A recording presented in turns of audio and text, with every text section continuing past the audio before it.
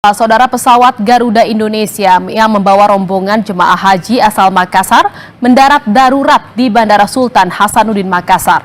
Keputusan return to base dilakukan pilot setelah mengetahui ada percikan api di bagian mesin.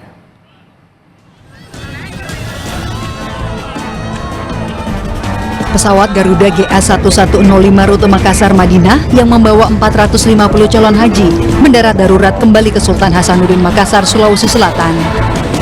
Pesawat jenis Boeing B747-400 itu lepas landas pada pukul 15:30 waktu Indonesia Tengah. Pilot memutuskan return to base atau kembali ke bandara asal setelah mengudara selama 2 jam.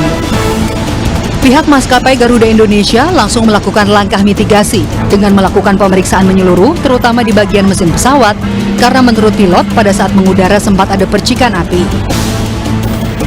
Keputusan RTB tersebut diambil oleh pilot in command segera setelah pesawat lepas landas dengan mempertimbangkan kondisi kendala salah satu engine pesawat yang memerlukan pemeriksaan lebih lanjut.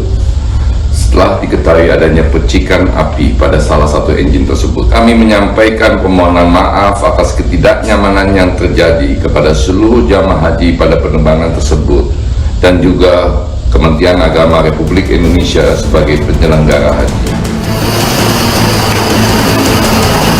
450 calon haji kloter 5 embarkasi Makassar Rabu malam akhirnya diberangkatkan ke Tanah Suci. Ketua PPIH Embarkasi Makassar telah melakukan pengecekan kesehatan kepada seluruh jemaah, termasuk untuk memenuhi kebutuhan jemaah selama menunggu jam diberangkatkan. Mereka sudah siap-siap untuk boarding kembali ke bandara untuk diberangkatkan di pukul 21.15. Dan itu informasi kami dapat dari Garuda bahwa pesawat yang akan digunakan sudah siap di bandara. Seluruh jemaah haji berangkat ke Tanah Suci dari Bandara Sultan Hasanuddin Makassar sekitar pukul 22:02 waktu Indonesia Tengah. Mereka diberangkatkan menggunakan pesawat Garuda yang berbeda yang awalnya disiapkan untuk memberangkatkan kloter ke-6. Tim Liputan Kompas TV.